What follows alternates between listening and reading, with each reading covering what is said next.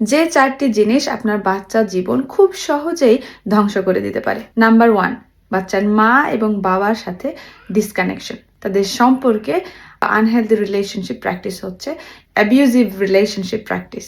Number 2, constant comparison. আপনি আপনার বাচ্চাকে অন্য আরেকটি বাচ্চার সাথে বা আপনার নিজেরই এক বাচ্চার সাথে আরেক বাচ্চার কম্পেয়ার করা, যে দেখো তোমার বড় ভাইয়া কত সুন্দর করে কাজটা করছে, তুমি একদমই কিছু পারছো না।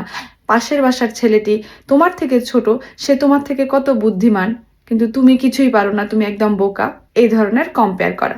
নাম্বার 3, কনস্ট্যান্টলি নিজের সাথে নেগেটিভ কথা বলা, নিজেকে ছোট করে দেখানোর চেষ্টা করা, অথবা বাচ্চাকে সবসময় ছোট করে দেখিয়ে কথা বলা, লাইক তোমার দ্বারা কিচ্ছু হবে না, আমি এই কাজে একদমই ভালো না, আমাকে দিয়ে কিছু হবে না, এই ধরনের নেগেটিভ কথা। নাম্বার 4, যে কোনো অ্যাবিউজিভ বা আনহেলদি টক্সিক সিচুয়েশনকে, বিহেভিয়ারকে একসেপ্ট করে খুব ন্যাচারালি সেটাকে নিয়ে কন্টিনিউ করা। ফর এক্সাম্পল, যে কোনো ফ্যামিলিতে একটা মা হয়তো একটা ডমিনেটিং রিলেশনশিপের মধ্যে দিয়ে যাচ্ছে, সেটাকে যখন মা কোনো অবজেকশন করা ছাড়াই সেটাকে খুব ইজিলি মেনে নিয়ে খুব স্মুথলি ফ্যামিলি রিলেশনশিপ মেনটেন করে যাবে বাচ্চার সামনে, তখন বাচ্চা সেটাই শিখবে।